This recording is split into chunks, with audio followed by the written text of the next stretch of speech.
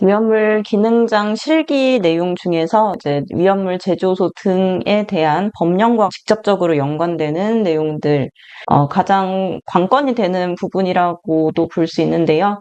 법령에 대한 정보가 굉장히 많고, 또 위험물 기능장 실기의 특징은 법령 중에서도 좀 굵직한 부분이 아닌 좀 짜투리 부분들을 많이 낸다는 특징이 있습니다. 그래서 법령을 이제 하나부터 열까지 다 하려고 하면은 너무 힘든 부분이고, 중요한 내용들을 중심으로 해서 기출에 나왔던 것만 맞춘다라는 생각으로 그 내용들을 정리해 보도록 하겠습니다. 자, 위험물 제조소 등이라고 하면 뭔가 생략되어 있는 말이에요. 자, 제조소 안에는 제조소, 저장소, 취급소가 다 합쳐져서 불리는 말입니다. 자, 제조소, 저장소, 취급소의 종류는 다 알고 계시겠죠? 자, 제조소는 위험물 제조소라는 것 한 가지 종류고요. 위험물 저장소는 옥내 저장소, 옥외 저장소, 옥내 탱크 저장소, 옥외 탱크 저장소, 지하 탱크 저장소, 이동, 간이, 안반 탱크 저장소까지 이렇게 8개입니다. 취급소는 위험물을 제조하거나 저장하지 않는 그 외로 취급하는 모든 곳들을 취급소라고 부르는데 크게 종류는 4가지로 볼 수 있습니다. 주유 취급소, 일반 취급소, 판매 취급소, 이송 취급소인데요. 이 일반 취급소 안에 세부적인 취급소들이 굉장히 많이 있습니다.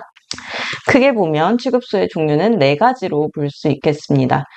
그래서 제조소, 저장소, 취급소와 관련된 기준은 위험물 안전관리법 시행 규칙의 별표 부분에 보시면 이 제조소, 저장소, 취급소 등에 대한 시설 및 구조 기준, 위치 구조 기준들이 쭉 수록이 되어 있습니다.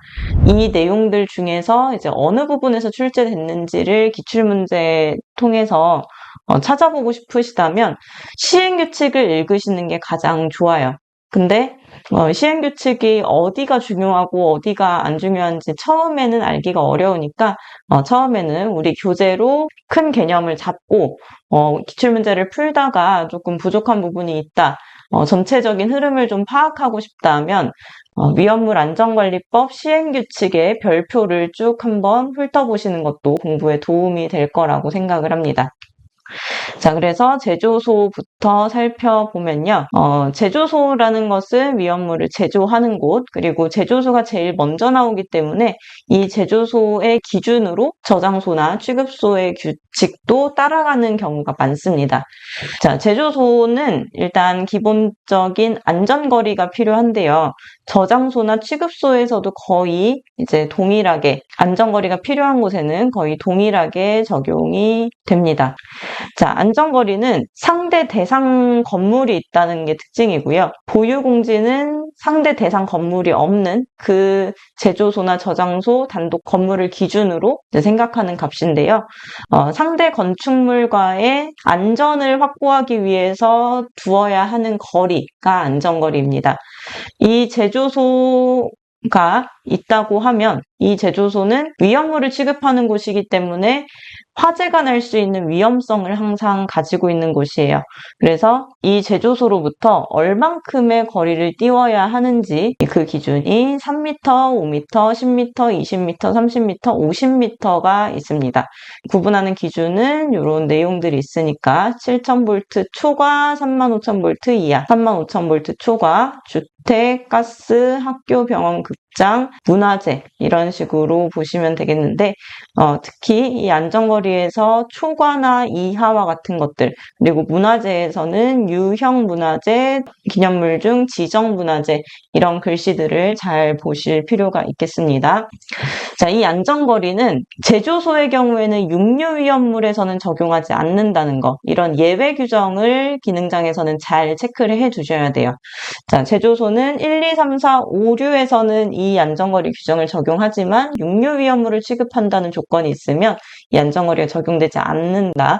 그리고 옥내 저장소도 안전거리를 쓰는데 어떠한 예외 규정에 속하면 안전거리를 사용하지 않는 경우가 있습니다. 뒤쪽에서 살펴볼 거고요. 그리고 옥외 탱크 저장소도 안전거리를 사용하고 일반 취급소도 사용을 합니다. 다음에 보유공지는 상대 건물이 없이 그냥 그 건물 주변에 두어야 하는 빈 땅을 의미하는 거예요. 자, 건물 안에 위험물이 많이 있으면 만약에라도 화재가 났을 때 폭발이 크게 일어날 것이고, 위험물의 양이 적게 있다면 폭발이 일어나더라도 그 상대적인 폭발의 크기가 약할 것입니다. 자, 그래서 지정수량의 배수를 기준으로 지정수량의 10배 이하다. 즉, 이제 수량이 조금 적다. 이런 경우에는 3m 이상, 그리고 10배 초과, 위험물이 많은 경우에는 5m 이상입니다. 자, 그래서 보유공지에 딱 10배가 있다 하는 경우에는 보유공지는 3m가 되어야겠죠. 자, 보유공지는 제조소, 옥내 저장소, 옥외 탱크 저장소, 일반 취급소에 적용을 하는데, 이 안에서 옥외 저장소에도 보유공지가 있습니다. 옥외 저장소 보유공지까지 이렇게 각각의 제조소 등마다 보유공지의 기준이 다 다릅니다. 그래서 지정수량의 몇 배일 때 몇 미터인지 각각 그 내용들을 따로따로 기억을 구분해서 해 주셔야 합니다. 자, 보유공지를 하지 않아도 되는 기준은 방화벽이 내화 구조로 되어 있을 때, 그리고 육류 위험물인 경우에는 불연 재료로 방화벽을 할 수 있고요. 방화벽에 설치하는 출입구 및 창의 개구부는 가능한 최소로 하고, 출입구 및 창에는 자동 폐쇄식의 각종 방화문을 설치했을 때 보유공지를 두지 않을 수 있습니다. 자, 근데 지난 시간에 우리가 위험물의 명칭을 니트로를 나이트로, 요오드를 아이오딘 이렇게 바꾼 것처럼 이 법령에 대한 명칭도 몇 가지 바뀐 게 있어요. 바로 이 자동 폐쇄식의 갑종 방화문 이 부분인데요. 자, 법령 개정 이전에 쓰이던 방화문의 용어가 원래는 갑종 방화문, 을종 방화문, 그리고 자동 폐쇄식의 갑종 방화문 이렇게가 거의 세트로 나오다시피 했어요. 법령 개정이 된 이후로부터는 갑종 방화문은 60분 플러스 방화문, 그리고 60분 방화문 이런 명칭으로 바뀌었고요. 을종 방화문은 30분 방화문, 자동 폐쇄식의 갑종 방화문은 이제 마찬가지로 자동 폐쇄식의 60분 플러스 방화문 또는 60분 방화문 이런 식으로 바뀌었습니다. 갑종 방화문을 쓰던 곳에는 60분 플러스 방화문과 60분 사이에 점이 찍혀 있고, 자동 폐쇄식의 갑종 방화문은 60분 플러스 방화문 그리고 또는 60분 방화문 이런 식으로 바뀌었는데요. 그래서 앞으로 이제 답을 쓰실 때 위험물의 명칭 같은 경우에는 예전 용어랑 이렇게 혼용을 당분간은 할 수 있다고는 하지만 이 법령과 관련된 부분에서는 이제 예전 명칭이 인정이 되지 않습니다. 그러니까 꼭 이런 60분 플러스 방화문, 60분 방화문 이런 식으로 쓰실 수 있도록 체크하시는 게 좋겠습니다. 자, 그래서 이런 3m, 5m와 같은 보유공지를 두지 않을 수 있는 경우가 방화상 유유한 벽, 즉 줄여서 얘기하면 방화벽을 설치했을 때인데요. 이 방화벽의 기준들이고, 이 방화벽을 설치한다면 양단 및 상단이 외벽 또는 지붕으로부터 50cm 이상 돌출되도록 설치해야 될 것, 요 숫자까지 같이 체크해 두시길 바랍니다. 자, 제조소 건물의 구조에서 빈칸으로 잘 나올 수 있는 부분 체크하겠습니다. 자, 건축물은 일단 지하층이 없어야 합니다. 왜냐하면 이 지하층에 가연성의 증기가 흘러 들어가면서 증기가 모여 있다가 갑자기 확 터지는 그런 폭발 현상이 일어날 수 있기 때문에 아래쪽에 체류하는 증기의 특성상 지하층을 두지 않아야 하고요. 벽, 기둥, 바닥, 보호, 석가래 및 계단을 불연 재료로 합니다. 자, 여기에서 벽, 기둥, 바닥 어딘지 아시죠? 그리고 보호와 석가래는 천장 부분입니다. 그래서 실내 공간에 대한 부분 전체 그리고 계단까지 모두 불연 재료로 합니다. 자, 이거를 지금 말씀드리는 이유는 뒤에 옥내 저장소에서는 또 재료의 명칭이 달라지기 때문이에요. 자, 제조소는 내부 공간은 다 불연 재료로 하고요. 그리고 이제 육류위험물을 취급하는 경우에는 육류위험물은 산화성인데 산성도 있죠. 산염기 중에서 부식시키는 산성도 있기 때문에 위험물이 스며들 우려가 있는 부분에는 부식되지 않는 재료로 피복을 해야 합니다. 지붕은 내화 구조로 해야 하는데 지붕은 폭발력이 위로 방출될 정도의 가벼운 불연 재료로 덮어야 하는데 이 아래쪽에 해당하는 경우에는 내화 구조로 할 수 있습니다. 자, 불연 재료가 더 강한 재료고요. 내화 구조는 경우에 따라서 완화시킬 수 있는 그런 재료라고 보시면 되겠습니다. 자, 이류위험물 중에서 분말, 철분, 금속분, 마그네슘, 그리고 인화성 고체를 제외한 것, 그러니까 황, 정린, 황화린 이런 것들은 내화 구조로 할 수 있고 사료위험물 중에서 상대적으로 덜 위험한 사석유류나 동식물유류 그리고 육류위험물은 내화 구조로 지붕을 할 수 있다는 뜻입니다. 그리고 이런 밀폐형 구조의 건축물인 경우에도 지붕을 내화 구조로 할 수 있다는 뜻이고요. 그리고 출입구와 비상구에는 문과 관련된 방화문은 명칭이 바뀌었다고 말씀드렸죠. 그래서 갑종 방화문은 60분 플러스 60분 방화문, 그리고 일종 방화문은 30분 방화문이고요. 그리고 수시로 열 수 있는 자동 폐쇄식의 갑종 방화문, 이때는 60분 플러스와 60분 사이에 또는을 붙여 주어야 합니다. 60분 플러스 방화문 또는 60분 방화문 이렇게 개정이 되었으니까 참고하시기 바랍니다. 자, 위험물을 취급하는 창문이나 출입구에 유리를 사용하는 경우에는 망입 유리를 사용해야 합니다. 자, 망입 유리는 유리 안에 철사 같은 것이 들어가 있는 그런 유리라고 생각하시면 돼요. 그래서 뭐 강화유리 이런 것들도 있는데 제조소는 강화유리가 아니라 망입유리를 사용한다. 그리고 액체인 위험물을 취급하는 경우에는 액체가 흐를 수 있기 때문에 스며들지 못하는 재료를 해야 되고요. 적당한 경사를 두어서 액체가 한 곳에 모일 수 있는 지뷰 설비를 해야 합니다. 자, 다음 배출 설비와 같은 경우에는 배출 그리고 환기 설비가 있는데요. 자, 배출 설비에서는 이제 강제로 배출시키는 환풍기 같은 것들이 덕트, 환풍기가 배출 설비에 해당합니다. 자, 5개로 배출할 수 있도록 배출 설비는 일단 기본적으로 국소 방식으로 설치해야 돼요. 우리 집안에서도 환풍기가 설치되어 있는 곳을 보면 화장실이나 가스레인지 위, 주방의 가스레인지 위에 국소적으로 설치가 되어 있죠. 그 반대말은 전역 방식입니다. 전체 다 설치하는 것은 전역 방식인데 기본적으로는 국소 방식으로 하지만 전역 방식으로 하는 경우는 배관으로 이어진 경우나 분포에 따라서 전역 방식이 유효한 경우에는 이제 전역 방식으로 할 수 있습니다. 자, 배출 설비는 배풍기나 배출 덕트, 후드 등을 이용하는 거고 배출 능력은 환풍기의 세기를 얘기하는 건데요. 1시간당 배출 장소 용적의 20배 이상으로 해야 됩니다.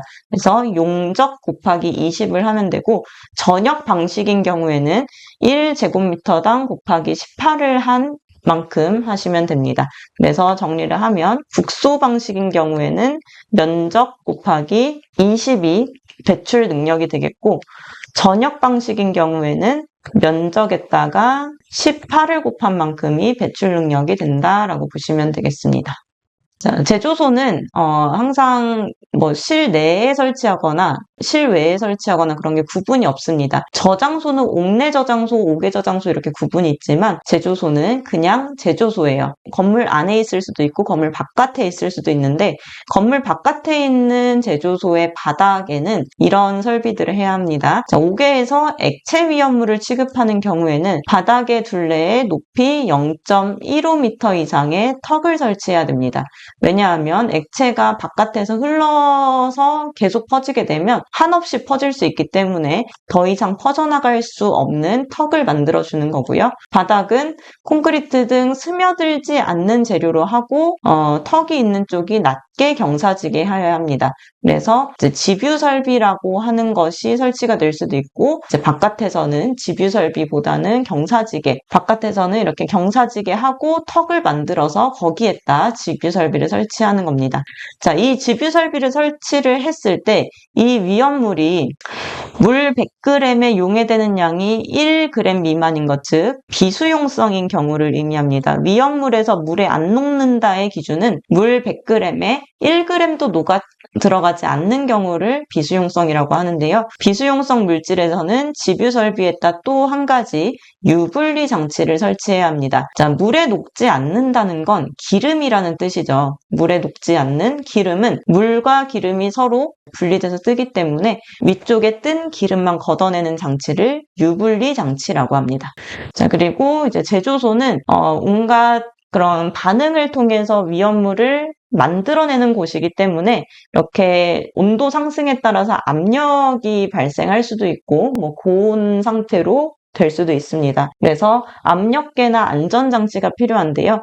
이 위험물에 발생할 수 있는 그 위험을 미리 파악할 수 있는 압력계 및 안전장치는 이런 것들이 있습니다. 자동적으로 압력의 상승을 정지시키는 장치, 그리고 감압 측에 안전밸브를 부착한 감압 밸브, 안전밸브를 겸하는 경보장치, 파괴판, 이렇게 4가지가 압력계 및 안전장치가 되겠고요. 특히 이 파괴판의 경우에는 성질에 따라서 안전밸브 작동이 곤란한 경우 가압설비에 설치한다 내용이 있는데, 이 제조소의 안전장치에 대해서는 4가지를 쓰시오 이렇게 출제가 될 수 있으니까 이 4가지를 알아두시기 바랍니다.